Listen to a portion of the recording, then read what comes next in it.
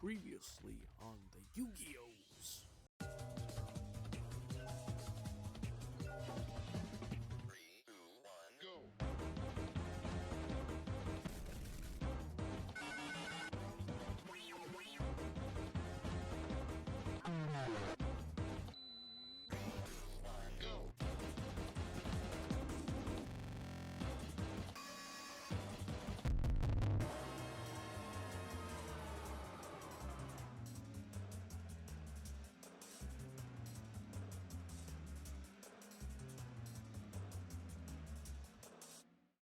Now back to your scheduled children's car game. Right, with the IC events done and dusted, I decided to rummage through my garage and I took some of the prize cars to their respective one makes for some extra cash and game completion. It was mainly rally cars that I've won during the rally events, which you can only get if you play the GT2 Plus mod, and some other non-race modified prize cars that I had the fortune of winning in my journey to become the very best like no one ever was. With my newly acquired winnings, I had to get my hams ready for the Euro League portion of the GT World Series qualifiers. For that, I assume any old car from Europe would have worked, even a Peugeot 106. But I wanted to use something special. Usually I'd go with something from the TVR lineup, since they're very dependable and quite cheap if you're looking for power and handling. But me being the forward thinker I am, decided that I will be needing a more powerful mid-engine car if I didn't want diminishing returns on Tom's Angel, which we used for the first challenge event of the mid-engined variety. With my criteria laid out before me, I only had a couple of choices, which in reality boiled down to one, and it's this one. The Ferrari. Whether you think it's a great value F40 or a genuine French attempt of being a rival to the by then over half a century old brand, its performance on the circuit is of a genuine thoroughbred, which will get a video of its own in the near future. Race 1 at Apricot Hill didn't pose much of a challenge, but what it failed to provide in difficulty it made up with entertainment. Cue the car wash theme and show the replay!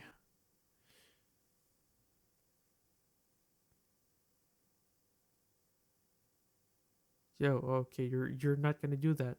Okay, that's fine. Very well, I'll do it myself.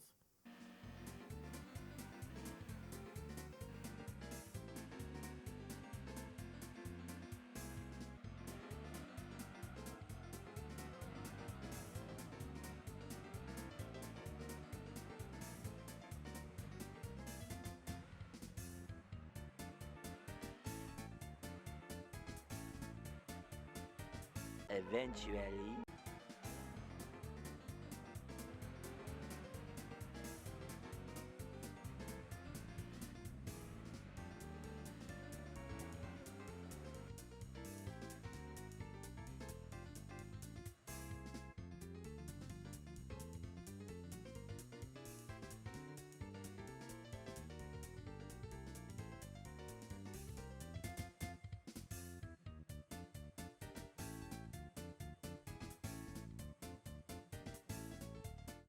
Race number 2 was set at Grand Valley GP, which turned out to be quite the nail-biter, with me having to fight for the top spot up until the middle of lap 3, even if I had to employ some liberties when it came to track limits and contact in general.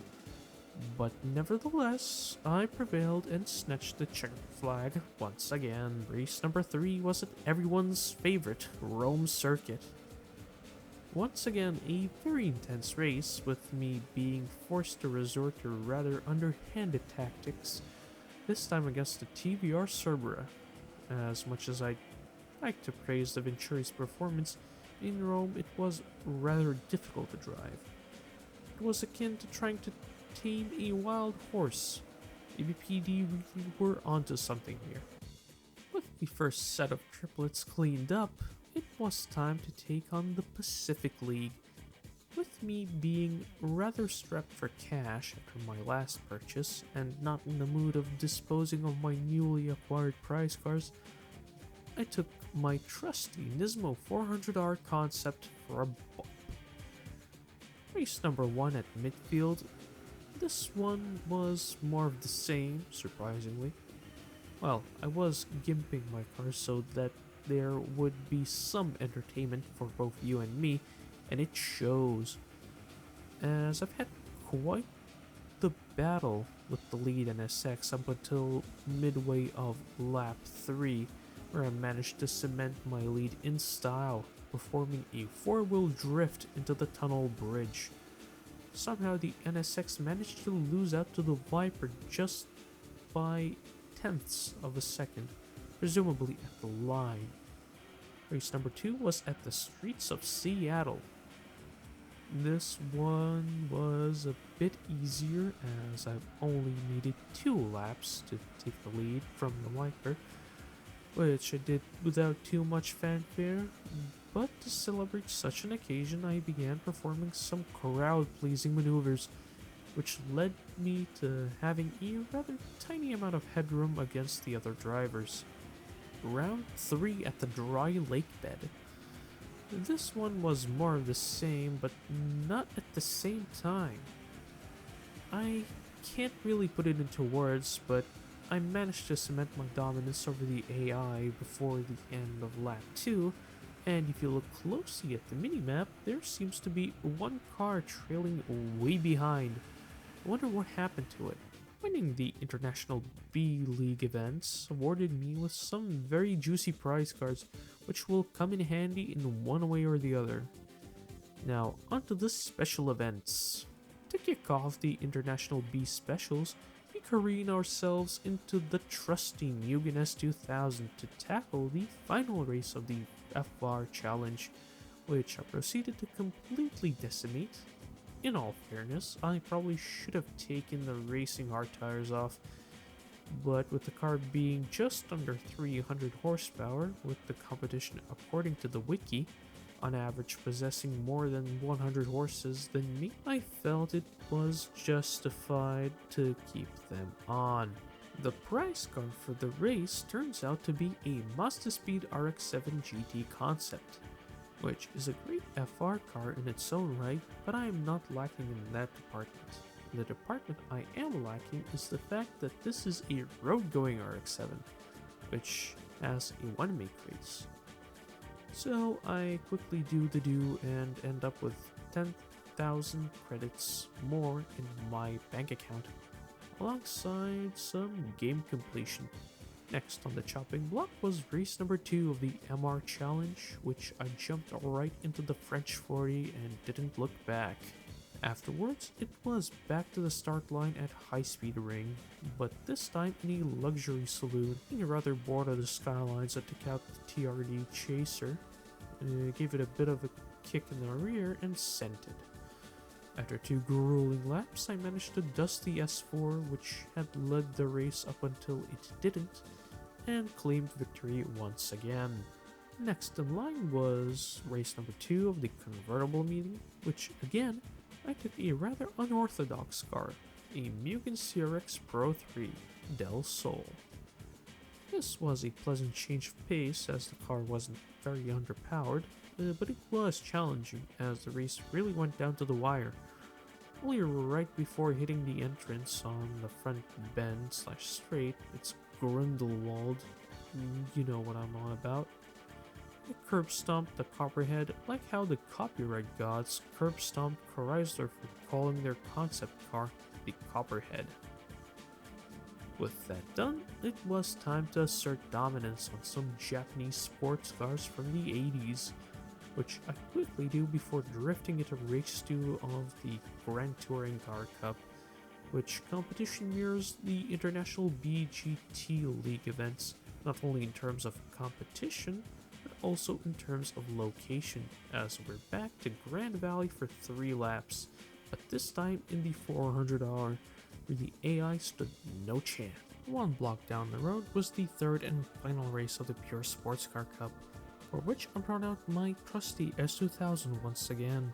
And a good thing that I didn't follow up on me taking off those racing slicks, because without them I would have been in some serious trouble.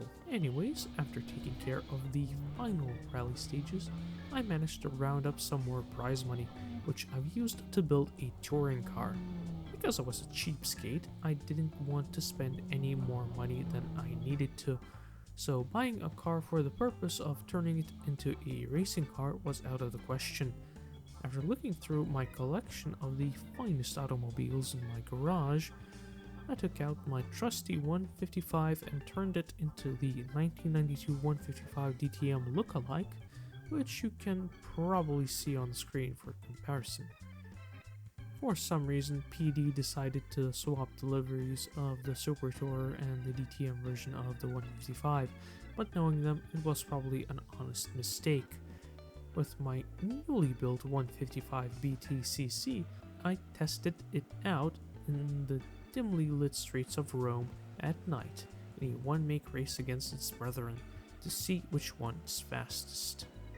The 200 horsepower 155 decisively took the competition back to the factory for much needed upgrades. With a boost of confidence, I marched to the Super Touring trophy. Said confidence deflated quite quickly as my 200 horsepower 155 managed to barely keep up in the mid-pack, not having the straight line speed to keep up with the series dominating Group A Civics and Primaras. With that massive blow to the solar plexus wearing off, I went back to the place where I've sent my brethren not 10 minutes ago, the dark factory of mass production, aka the tuning garage. With my revised 155 Mark II, this time packing a very much needed 244 horsepower, I was ready and rearing to go. With my newfound strength, I sent those bully boys packing by claiming first place on race number 1. Also, for some reason, PD decided to have the Super Touring Trophy be a single race series of 5 races instead of opting for a tournament. But what can you do? For race number 2, my galaxy brain thought it would be a good idea to take off my racing slicks, because at the time, I felt like race number 1 was a bit too easy. And guess how that turned out? It was a rather long and arduous struggle against the Group A Civic, which ultimately was fruitless. If you thought that was bad, guess who forgot to save after race number 1? So doing race number 1 again, this time it was a bit more difficult, with a pesky Corona Exif hounding me for the whole race, but that did not stop me from taking the top spot on the podium once more. After that minor setback, I was back at Trial Mountain for race number 2, this time not gimping myself into oblivion, which carried with it instantaneous results, allowing me to take first place with a comfortable gap between the rest of the field. For race number 3, I decided to grab a set of sport compound tires, as the regular stock ones didn't cut it, and the racing slicks make racing pretty much trivial. And as you might have guessed, my nice guy bravado led me down the path of shooting myself right in the foot and stuffing it under a steamroller for good measure, losing to one of the Primaras mentioned before. Luckily, my dumbass learned something from the previous excursion to the land of the free by saving the game for once, allowing me to get my act together quicker than usual. On my second attempt, I wasn't messing around. Shortened gearing, racing slicks, max downforce, the lot. At first, I was worried about my top speed, or should I say lack thereof, as the AI kept close and in range of a dive bomb, which they've attempted somewhat successfully on numerous occasions. But the extra grip afforded by the combination of racing tires and higher downward aerodynamic pressure paved the way to success. Race number 4 was held at Deep Forest, a circuit known for its high-speed technical nature, which always produces great racing. unless you're the AI, which fail to carry any speed through the final turn, and more often than not end up being a wipeout-esque obstacle course one has to swerve around in a desperate attempt to keep their momentum going to the line as if their lives depended on it, which in most cases, they did. Luckily, with my slightly longer gears and reduced aero, I was able to avoid such a fate by managing to get myself past the other cars, heading into the first major braking zone on lap number 2, and from then it was smooth sailing to the finish. The final encounter on the calendar takes place at Rome. The home race was a breeze for the 155, as I've managed to pass the competition halfway through the first lap and kept the lead for the entire race. With our first touring car series out of the way, it was time to move up in the world, as the GTC's GT300 class was open for entries this season, and luckily for me, I've already acquired a perfect car for the series. This Daishin Sylvia GT300. Race number 1 is situated at Grand Valley East. But before I dove in, I decided to fiddle around in the racing settings menu to nerf my car a bit.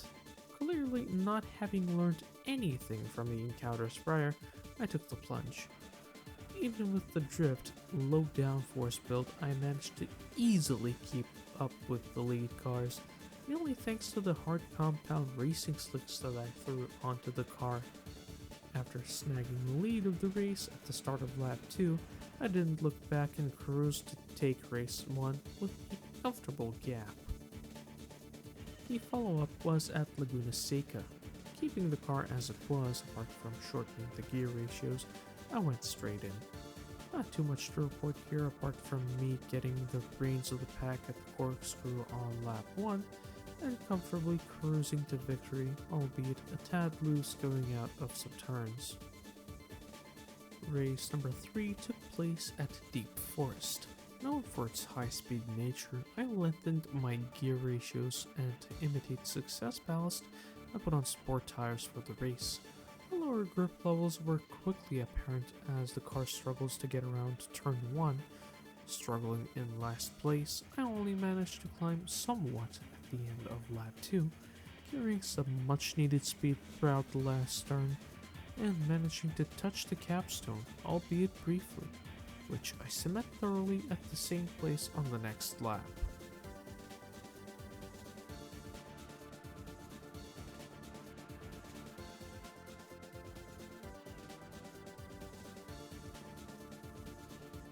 Heading into the penultimate race of the season, race 4, takes place at Midfield, another top speed heavy circuit.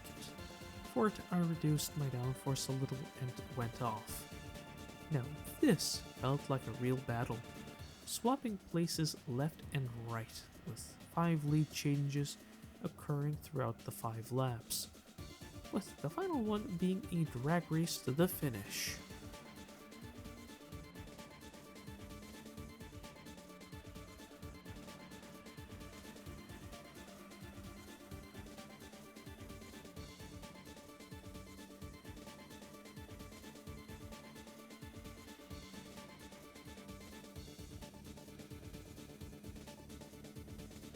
For the final race at Apricot Hill, my galaxy brain struck once again by reducing the downforce figures to ones found on a stock S15, and with me retaining the gripless sport tires.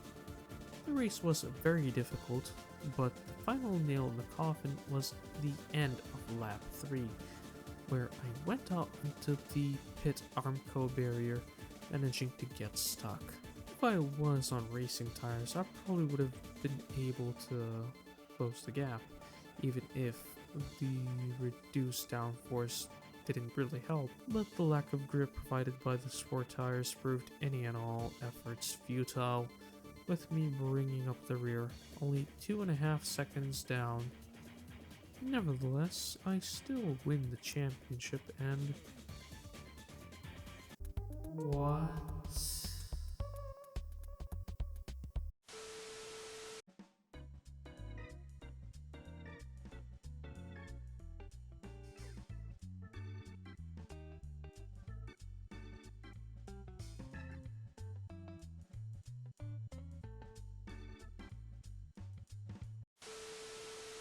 Anyway, the final race of attempt number 2. Since I went through the entire GT300 championship again, the opposition is slightly different. This time, I didn't drop the downforce down completely, and it shows.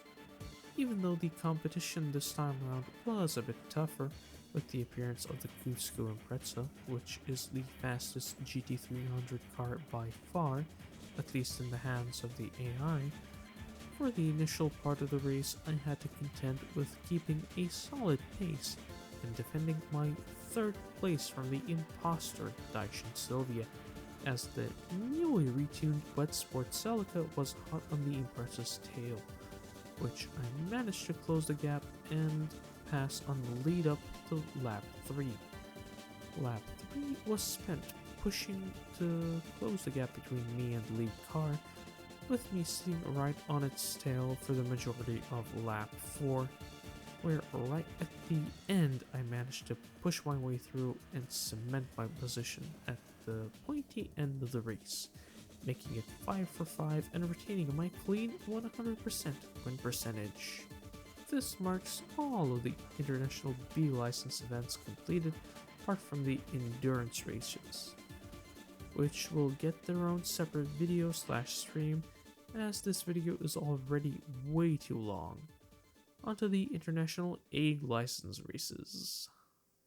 Now that I'm looking back at the recordings while writing the script, the regular international A races are not much of note, so I'll just have them run past real quick.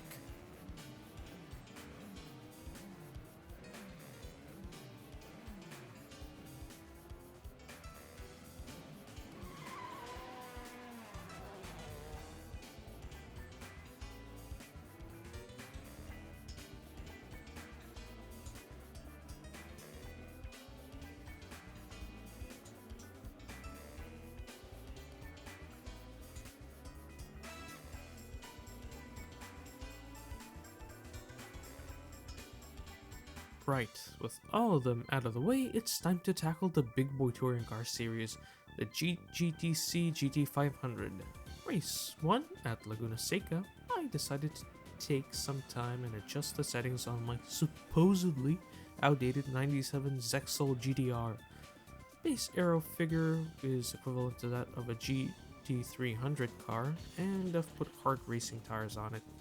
Even with the low grip in the turns, the car having 680 or so horsepower, now powering the rear wheels only, made mincemeat of the competition.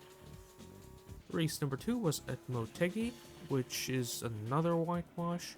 After that, I decided to experiment by putting the maximum downforce figure I could and slap some sport tires on it, and the result turned out to be grippier than the stock aero with hard slicks, which was very surprising. Of course, getting off the line was rather difficult due to not having the pure mechanical grip, but once it got up to speed, the grip really came about, which is to be expected. At the midway point of the series, at Rome, the grip balance was on full view, as the circuit has loads of low to mid speed corners where a proper balance between mechanical and aerodynamic grip is required. I struggled quite a lot because of this. Also, the fact that I only had sport tires, my ability to slow down from sharp 90-degree turns was inhibited, which made for some really close and exciting racing, where I've only managed to get the lead on the back straight on lap 5, almost losing the rear, and the race at the final corner really made me sweat, but I've got the win nonetheless. Not wanting to risk it for the 4th round of the championship taking place at Trial Mountain, I decided to go back to my initial default aero and hard racing slicks, which was a good call. Even though I managed to get into the lead early and kept it throughout the race, the AI were following very close behind me, and only at the end I managed to pull a slight gap ahead of 2nd place. For the final race of the championship at Apricot Hill, I kept the racing hard tires on but reduced my aero to the lowest setting I could possibly achieve, making the race car handle like a road car. Due to that, I was struggling during the first half of the race, even misjudging the braking ability for turn 1, going off and dropping down to last. After proceeding to do it all over again on the following lap, by the end of which I finally got my shit together and even managed to touch the dizzying heights of first, which I finally set in stone right before the hairpin turn around halfway through the lap. And with that, I crossed the line in first, making it once again 5 for 5, and a perfect win-loss ratio is still on the screen.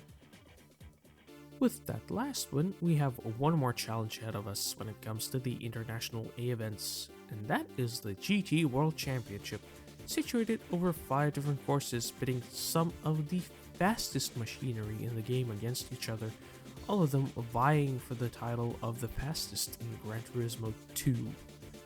Since the World Championship has no real theme, as any old car can be entered, I decided to run with one of the GOATs from the original Gran Turismo, that being the Dodge/Chrysler Copperhead/Concept Car LM Edition, sporting its winged silver guise originally found in the GT test drive discs, as the final versions of these were de-winged yellow or purple soft-top cheat cars.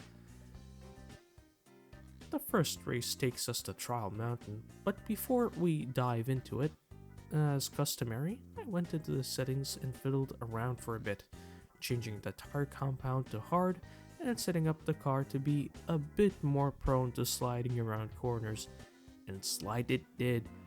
Well, not too crazy, but enough to have me struggle a bit up until halfway through, as is customary for me to get to grips with the handling of this machine. Afterwards, it was a slight toss for the lead between me and the GT1. Once my dominance has been asserted, I started to pull away and cruise to victory. Thinking that was a bit too easy for race number 2, I went on sport tires and maxed out my downforce to have some semblance of high-speed cornering grip. Straight away, the AL leave me for dead as I failed to put the power down on the blacktop, but once I do, I managed to catch the 5th place Jag. Then follows the rather grueling battle to catch 4th place, which I do and pass on the corkscrew on lap number 2, managing to get up to 3rd, but only briefly as the Mustang passed me on the lead up to the Andretti. After a long battle, I finally managed to confirm the pass on turn 6. With a quick 1-2 down the corkscrew, I catch up to the Vector in 2nd, with the same old story as the Mustang, but this time I take him on the hairpin of lap number 4. Now, the long battle for first awaits. After slowly whittling the gap to the GT1, I outbrake it on the lead up to the corkscrew on the last lap to take victory for race number 2. Race number 3 takes us back to Apricot Hill. Here, the lack of grip on the tires really gave me a pinch in the cheeks, as the race was very chaotic with many position changes, as I managed to climb up to 2nd place in the early stages of the race, but subsequently skid off the track and lose valuable time and places in the race. I was worried that this would be another race going down to the wire, but once I got my stuff together, I finished first with a quite comfortable gap over the rest of the field. Race number 4 takes us back to the streets of Rome. The starting 5th of the race was a bit rough as the car struggled to get the power down even in 3rd, but once it got itself together, I managed to catch up to the rest of the field and nab 5th place from the Jag. Moving on to the end of lap 2, and I am already challenging for the first of the losers, with me not wasting time and grabbing first from the Vector on half distance. With no more cars to pass, I cruise my way to claim another first place. The final race takes us to midfield.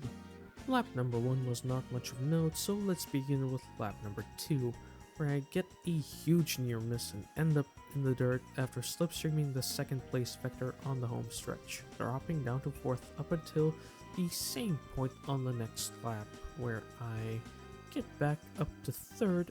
Then on lap number 4, again at turn 1, since it's a great overtaking opportunity for my underpowered car, I climb up to 2nd, and at the end of the lap, right before going under the crossover bridge, I managed to pass the GT1 to claim first, building up a slight gap, I cruised to the finish to claim first place, retaining my impeccable streak.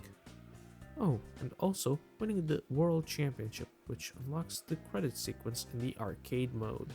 But we're not done with this yet, as there are plenty more one-make races to take care of, and boy do those tend to get expensive, especially if they have a racing style race, where you need to race, modify your box on wheels, which comes out to a cool 130,000 credits per car, not counting the price of buying said car, as the race purses on offer are pretty sad, reaching 10,000 credits, and with the GT2 Plus mod, some have prize cars on offer, but they're nowhere near the caliber of prizes you get just from doing anything else. So, let's get into the cleanup. Before I go shopping, I rummage through my prize cars and do everything I possibly can, and I end up doing 3 whole races, as I've done some of them beforehand because money. Other races of note were the Super Mini and K-Car ones, especially the racing style ones, as the AI cars in those have power upgrades. I'm telling you this now because I had not known about this before I had my ass handed to me countless times, because I was very frugal with money to spend on upgrades. With faster cars, the disadvantage is minuscule at best, but when a car has sub 150 horsepower stock, you tend to run into a few problems. I haven't recorded all of the attempts to show you the pain and suffering of it all, but here are a few of the failures I've had to endure to really drive my point home.